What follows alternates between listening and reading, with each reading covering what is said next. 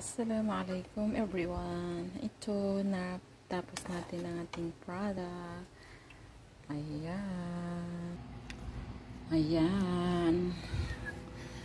Samahan niyo ako mananghalian. Ano yun? Itong ruman na ito, nakalimutan ko yung English niya. Yung ruman na yan, yan yung natira sa ginawa kong salad.